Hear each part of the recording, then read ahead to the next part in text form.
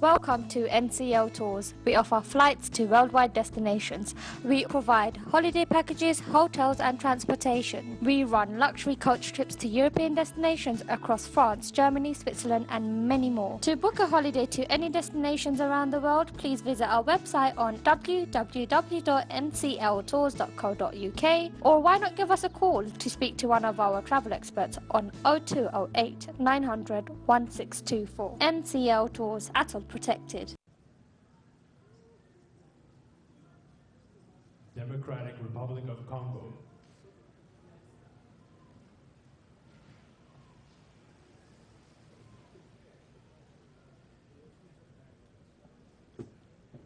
His Excellency Joseph Kabila Kabange, President of the Democratic Republic of the Congo.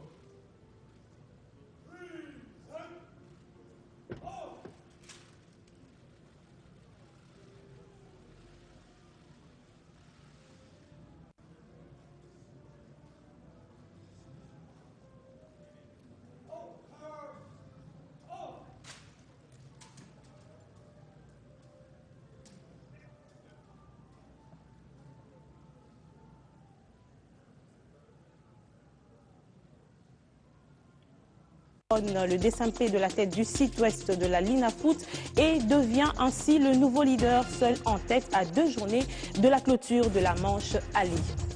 Et puis Bopé Tonabiso est arrivé à la 24e commune de Kinshasa. Les habitants de Maluku, désormais engagés à chasser l'insalubrité, ils ont répondu présents au rassemblement de ce week-end. C'est un début qui augure les lendemains meilleurs pour cette campagne. Et enfin, on va à l'Assemblée nationale, Matata Pogno, devant les députés nationaux ce lundi au Palais du Peuple pour défendre le budget de l'État pour l'exercice 2016. Budget évalué à plus de 8 milliards de francs congolais. La loi financière fera objet de grands débats au regard des défis électoraux à relever. Madame, Messieurs, merci de rester avec nous. Le Premier ministre est en ce moment même face aux députés nationaux. Augustin Matata Pogno, accompagné des membres de son gouvernement, présente le projet de la loi des finances pour l'exercice 2016. Ce budget 2016 s'élabore, il faut le dire, dans un contexte particulier caractérisé d'une part par la baisse des cours des principales matières premières d'exportation et d'autre part par l'organisation des élections ainsi que les découpages territoriaux. Les députés nationaux veulent également avoir du chef du gouvernement des explications claires sur les dépassements budgétaires, la mauvaise affectation et imputation des recettes relatives à l'exécution de la loi des finances de l'exercice 2015. Nous y reviendrons avec images et commentaires dans notre édition de 19h30. Politique, toujours le Parti pour l'Action s'en va en guerre pour sauver la RDC de toute éventuelle dérive, selon son nouveau secrétaire général. Moyen stratégique choisi, ils ont pour se faire nommer des nouveaux membres du bureau politique présenté hier à l'autorité morale du Parti pour l'Action, Kinké Moulumba.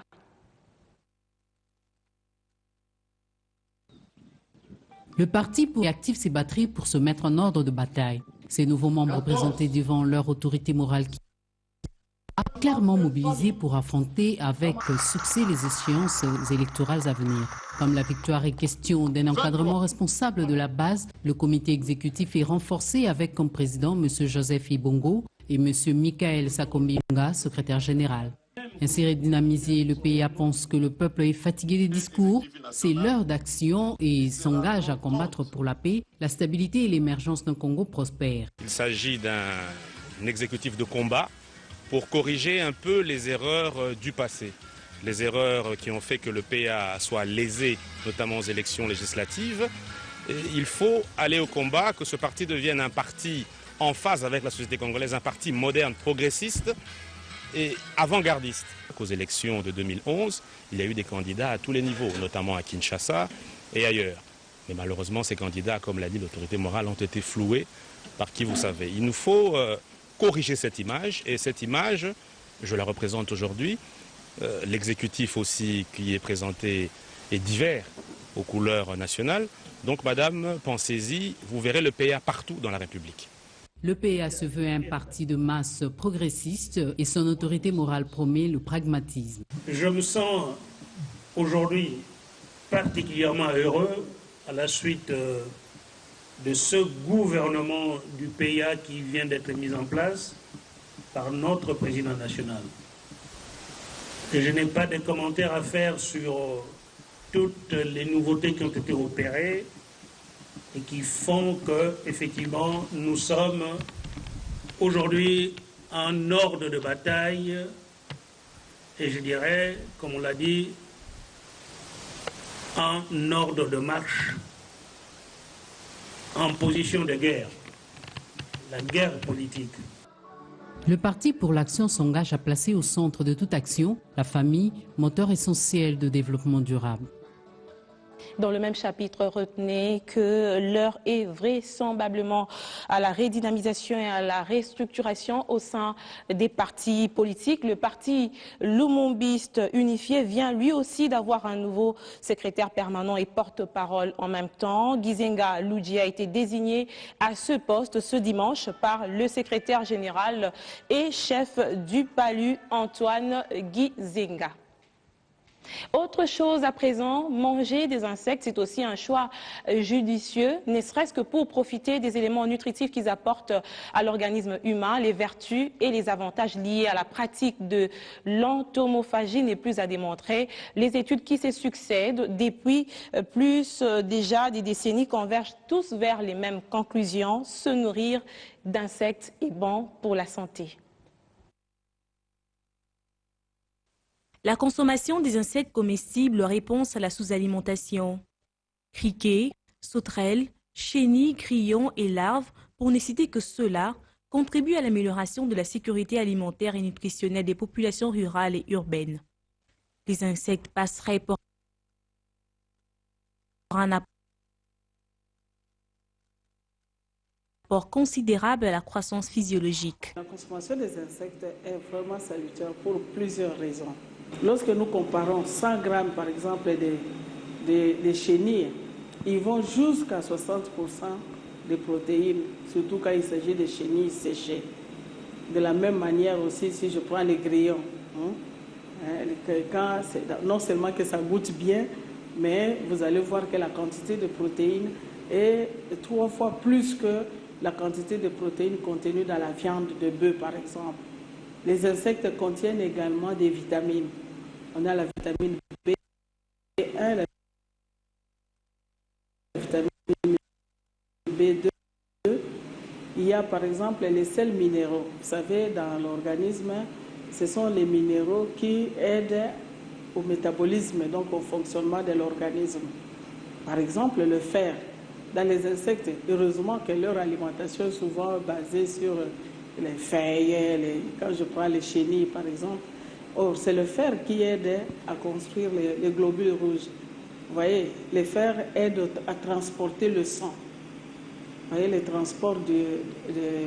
à transporter l'oxygène dans le sang. Quand on manque le fer, même si vous avez des protéines, il n'y a pas d'hémoglobine. Donc, il n'y a pas. C'est ce qui conduit d'ailleurs souvent à l'anémie. Mais quand on mange les insectes, on ne peut jamais faire l'anémie si on mange les insectes tous les jours. Le déboisement, ennemi de la production des insectes. En cas de déboisement, un reboisement est conseillé pour assurer la pérennisation et la multiplication des insectes comestibles. Les insectes se nourrissent de feuilles, donc ils ont des arbres spécifiques. Quand on parle de déboisement de la ville de Kinshasa, par exemple, ou dans les provinces, là où on a trop exploité le bois, on a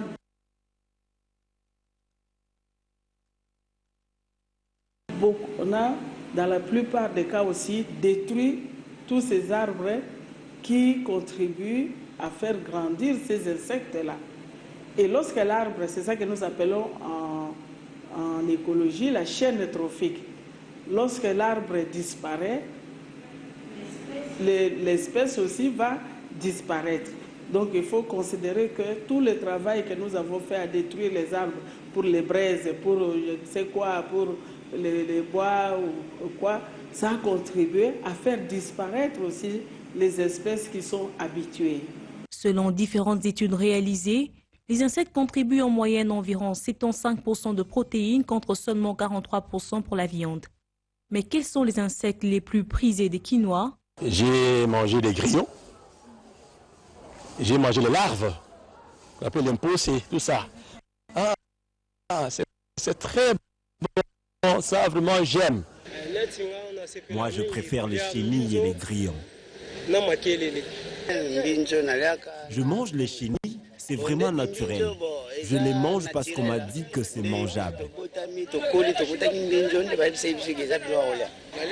Moi je préfère plus les grillons et les chenilles. Pour certains quinois, la préférence des insectes aux vivres frais se justifierait aussi par quelques inconvénients selon les consommateurs. Il y a beaucoup plus d'inconvénients aux vivres frais parce que ça contient du formol, tandis que les chenilles sont naturelles. Les vivres frais sont très nuisibles à la santé parce que ça contient du formol. Mais les enfants qui vivent en ville, quand ils voient ça, ils ont un dégoût. Même les chenilles, chez moi, avec mes enfants, ils n'aiment pas les chenilles. Ils disent ça, ce sont les histoires des gens du village. Les insectes pris comme plats consistants s'accompagnent bien de la boule nationale et autres. Avec les gros foufous. Je préfère le manger avec du foufou sans maïs accompagné du piment.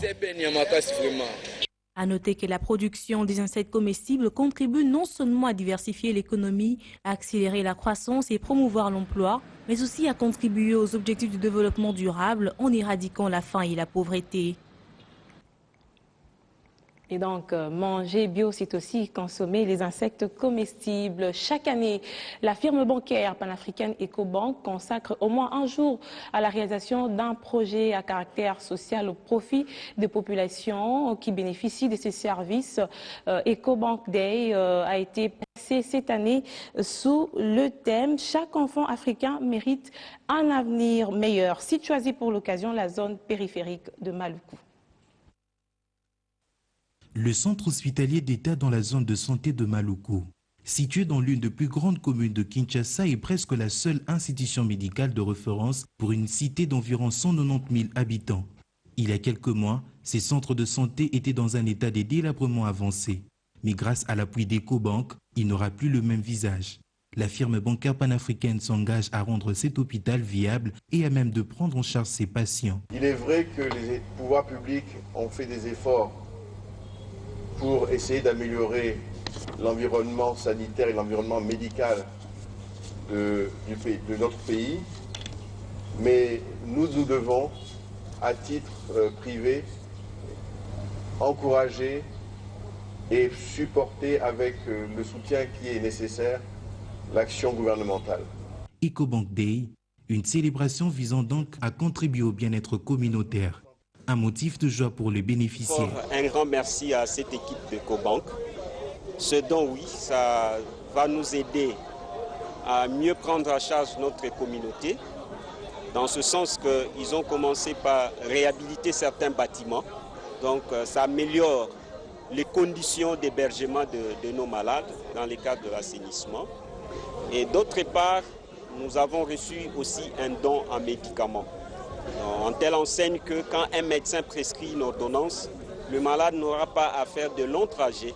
Par la même occasion, des bourses d'études équivalentes à 1 500 $ l'année ont été octroyées à près de 10 jeunes étudiants orphelins. Donc le message, c'est pour dire que si Ecobank ne s'intéresse pas aux jeunes, Ecobank ne s'intéresse pas à elle-même, dans le sens où nous souhaitons investir dans la jeunesse. Et investir dans la jeunesse, c'est aller détecter et aller identifier parmi la jeunesse congolaise et en particulier parmi la jeunesse estudiantine et la jeunesse élève des écoles, ceux qui, malgré leur parcours, malgré leurs difficultés, nous montrent qu'il n'y a rien de meilleur que de progresser. Cette journée est également célébrée à travers les 33 autres pays d'Afrique où sont implantés Ecobank. Cette firme bancaire des dignes fils du continent entend améliorer davantage les vécus quotidiens de la population. Vous le savez, l'actualité sportive a été très chaude ce week-end. On va revenir sur les résultats, pourquoi pas sur les rencontres également de la semaine qui vient de commencer avec Jean-Louis Kaninda dans une poignée de secondes.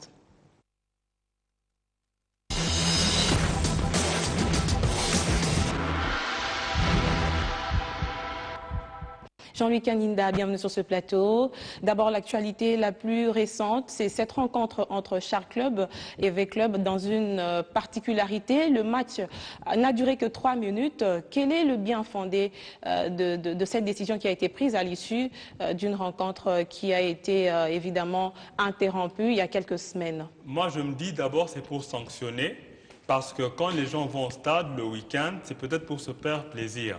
C'est vrai que dans nos stades aujourd'hui, on se réserve d'y aller peut-être en famille. Papa, maman, les enfants vont au stade tout simplement parce qu'il y a des comportements antisportifs. Il y a des jets de pierres, des jets de bouteilles, des jets d'urine. Alors, ce n'est pas un endroit bon pour emmener les gens pour se détendre. Sanctionner, mais les supporters aussi doivent être sanctionnés. Justement, c'est pour ça que le match est joué à huis clos. Les supporters auraient droit à ces 3 minutes. Mais puisqu'ils se sont mal comportés, on leur prive justement ces 3 minutes, on joue à huis clos sans public. Donc c'est là justement une des retombées. Il faut dire que c'est quand même un match assez insolite. C'est pour la première fois que la RDC est en train d'appliquer cette loi. Est-ce que vous pouvez faire un petit rappel d'où est venu ce principe? Oui, c'est une loi initiée par la Fédération internationale de football, la FIFA, adopté par la CAF, parce que la FIFA c'est au niveau mondial et international, et puis il y a les divisions, les confédérations continentales comme la CAF. On se souvient qu'en 1974, lorsque la RDC a remporté son 2e sacre en Coupe d'Afrique des Nations, le match Zambie-RDC s'était joué à 2 reprises.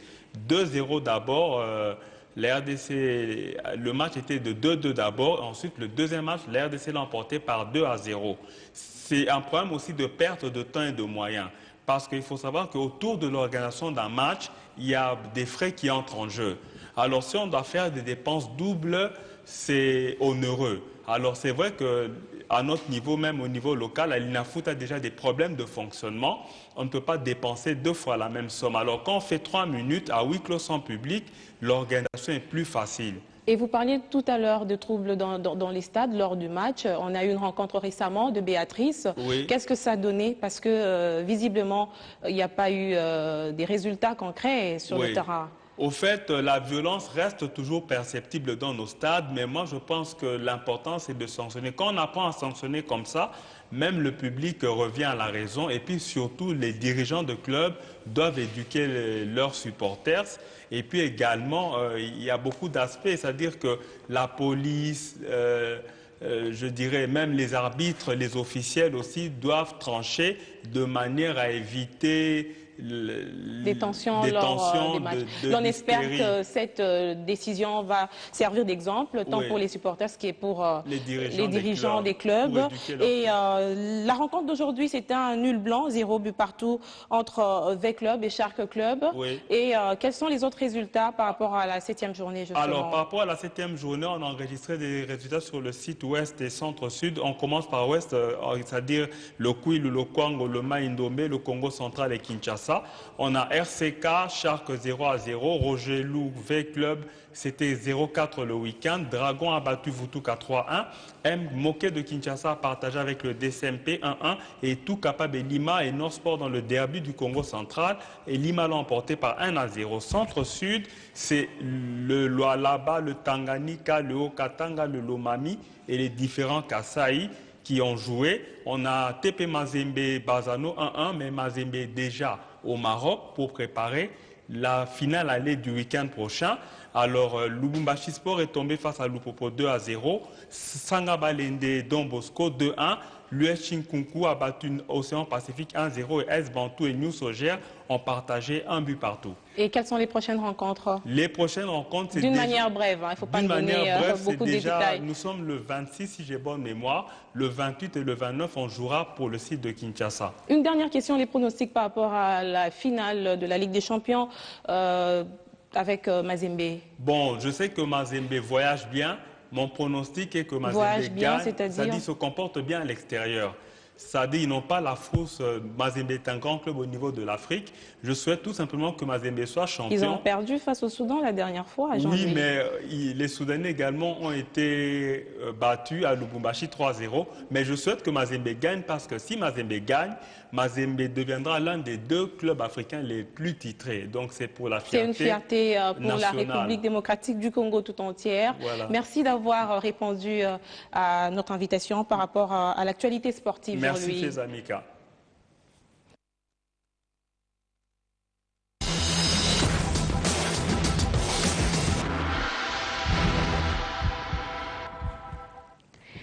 La musique maintenant, les fêtes de fin d'année approchent. C'est le moment que l'industrie musicale congolaise choisit pour l'apparition des nouveaux albums. Le 31 octobre prochain, l'artiste musicien Brigade Sarbati va entrer en danse avec son tout premier album intitulé « Tout va bien ». Cet album a été présenté au public lors d'un point de presse.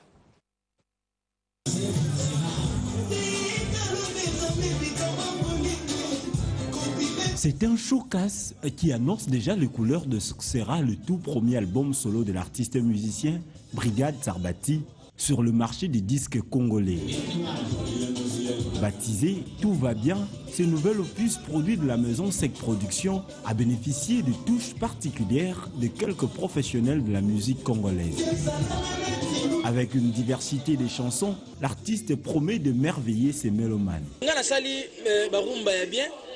Côté ba générique du boyebi wana rolo bati ngana ebi na sali oya malamu et avec le temps dingue ko bimana marché bino ndeta na kusonga sepa na bino bolo bate côté boye et marché quitté côté boye moi contre temps muke ali peut permettre nga deuxième album na ko bongisa ngana za juste pour na sala bino ndo boza mieux placé à juger. Cette implication de la maison Sec Production dans la promotion de la musique congolaise veut propulser et pérenniser la carrière de jeunes artistes congolais vers les horizons lointains. Chez nous en RDC, nous avons des artistes qui ont énormément de talent et nous pensons qu'il ne faudrait pas laisser ces talents ternir dans la rue. Vous avez écouté Brigade, vous a expliqué comment ça a été difficile pour moi de l'accepter. Il a accepté de suivre la marche de fonctionnement professionnel que nous avons proposée. Et voilà le début de nos résultats. Nous invitons les gens à venir encourager la jeunesse congolaise. Brigade a été à la grande école de Kofi Olomide. Il a été à la grande école de Werason. Aujourd'hui, c'est un leader. Je pense qu'il est important que nous, les opérateurs culturels et la République, nous puissions leur donner la chance. C'est des ambassadeurs pour notre pays. Cet opus, dont la sortie officielle est prévue pour le 31 octobre prochain, est un ballon d'essai pour un best-seller avec les succès et les récompenses qu'il pourra engendrer à cet artiste et à sa maison de production. Je vous le disais à l'ouverture de cette édition, ils ont écouté, vu, compris et ils ont décidé d'emboîter les pas à la campagne Bisso dans son volet salubrité. Les habitants d'une des plus grandes communes de Kinshasa entrent en lice dans la lutte contre l'insalubrité et promettent ainsi de faire parler d'eux. Il s'agit des habitants de la commune de Maluku. L'appropriation du concept Bopé Tonabiso porte déjà ses fruits. L'engagement de la lutte contre la saleté. Samedi Salongo, mieux samedi Bopé Tonabiso, peut alors voir le jour. Pour la première tentative, c'était une réussite. La zone 6, prise d'assaut par les riverains, appuyée par un échantillon du personnel de B1 Télévision ainsi que de membres de la famille B1. Le point focal de Bisso à Maluku, le voici à l'œuvre. Ivy Assimo. L'engagement des habitants à la salubrité témoigne de leur motivation à transformer leur commune en un lieu où il fait beau respirer. Nous nous retrouvons à Maluku sous le label de la campagne Bisso et B1 Télévision pour inciter les jeunes à la salubrité. C'est un devoir pour chacun. L'initiative de Bopé Tonabiso relayée par Ivy et Simon à Maluku. Ensemble, nous voulons donner le goût de la propriété aux femmes, aux hommes, aux enfants, à tout le monde. C'est à chacun d'entretenir chez lui. Si tu sais jeter dans la poubelle tes différents déchets, balayer devant chez toi, tu es un citoyen. Chaque Congolais doit se mettre en tête qu'il est acteur du développement. Acteur principal, il y a développement. La saleté du Congolais avant tout. Chaque Bopé Tonabiso est une occasion de rappeler la responsabilité de chacun dans le développement. C'est simplement de nous prendre conscience encore, de prendre conscience de pouvoir continuer avec ces genres d'initiatives. Et nous ne se limitons pas seulement ici à Maluku. Et nous poussons encore à propager cette initiative, même ailleurs. La propreté, c'est la santé, dit-il. Demeurer dans la saleté n'est pas bon. Le relais de Bopé Tonabiso ici à Maluku nous interpelle. À Maluku, nous sommes contents et espérons que cette action ne s'arrêtera pas qu'à notre niveau et qu'elle va s'étendre davantage. Déjà, la campagne Bisso peut compter sur le soutien de l'ASBEL Force One. Nous commençons ici par la zone 6 et promettons de poursuivre petit à petit jusqu'à atteindre tout Maluku. Après, on sortira de cette commune. Il faudrait que Kinshasa soit propre autant que la République démocratique du Congo. Il aura peut-être fallu que l'équipe de Bisso arrive à Maluku pour amorcer Bopé Tonabiso, mais la suite dépendra des habitants de Maluku. Ils ont dit leur engagement. Nous n'attendrons plus que Bisso pour enlever la saleté chez nous. Avec ou sans son point focal, nous travaillerons désormais pour la salubrité à Maluku. Quoi de plus satisfaisant pour l'initiateur de la campagne Bisso de lire son expansion dans le chef des Congolais. La suite de la demande, n'étant pas exhaustive au regard des adhérents, rassure ainsi l'appropriation du concept. Après l'utile, l'agréable, c'était des moments de convivialité offerts aux participants au port Mamazouzou. Quant à la 25e commune de Kinshasa avec environ 190 000 habitants, la balle est dans les camps des citoyens pour pérenniser les acquis. Tel que dit dans ce reportage, ce geste est un signe d'appropriation des fils et filles du pays de la campagne Bisso. Merci de votre amitié à nos éditions d'actualité. À tout à l'heure, c'est à 15h30 la prochaine édition.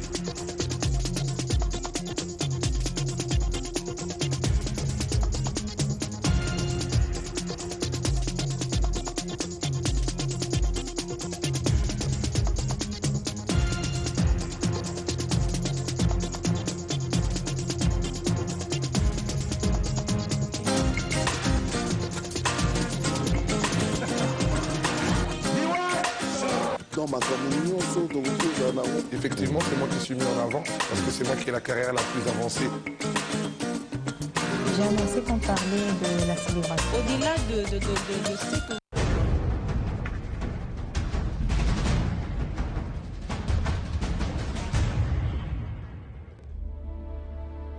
Pour la nation congolaise, la révolution du paysage aéronautique national qu'initie le président Joseph Kabila Kabange est bien vivante en elle et elle aussi la porte en elle-même depuis le 14 décembre 2014. Résultat palpable, une année plus tard, Congo Airways déploie ses ailes dans le ciel radieux de la géante République démocratique du Congo pour le premier vol commercial domestique mardi sur la ligne Kinshasa-Lubumbashi. C'est une première.